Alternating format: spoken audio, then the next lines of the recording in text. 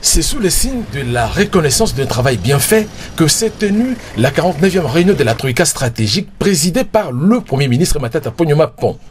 Hormis le ministre délégué aux Finances Patrice Kitebi et de l'économie Jean-Paul Moyato, le patron de mine Martin Kabouloulou est venu éclairer les lanternes sur l'évolution du cours mondial de matières premières en 2015. Au niveau national, l'économie congolaise inspire confiance, a souligné le ministre délégué aux Finances sortant, avec un taux de croissance à fin 2014 estimé à 8,9%. Sur le plan interne, la croissance est bonne. Nous, on l'estime pour 2014 à 8,9%.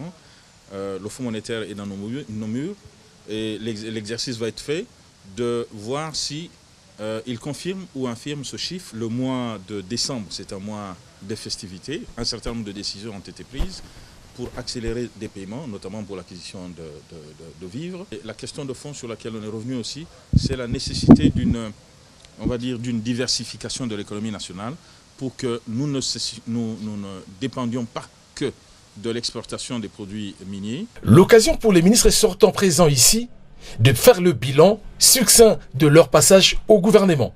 Aujourd'hui, pendant 31 mois, mon frère de droite et moi-même et bien d'autres collègues, nous quittons le gouvernement à avoir laissé des traces. La stabilité du cadre macroéconomique se traduisant par la maîtrise de l'inflation et des taux d'échange. On ne peut pas faire carrière dans un gouvernement, mais il faut laisser de bonnes traces.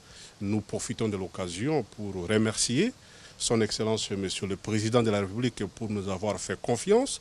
Nous avons quand même fait 31 mois dans un gouvernement.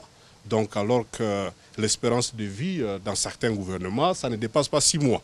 Au plan international, le taux de chômage est inférieur à 6% aux États-Unis d'Amérique, pendant que le taux de croissance reste faible en Europe et en Chine.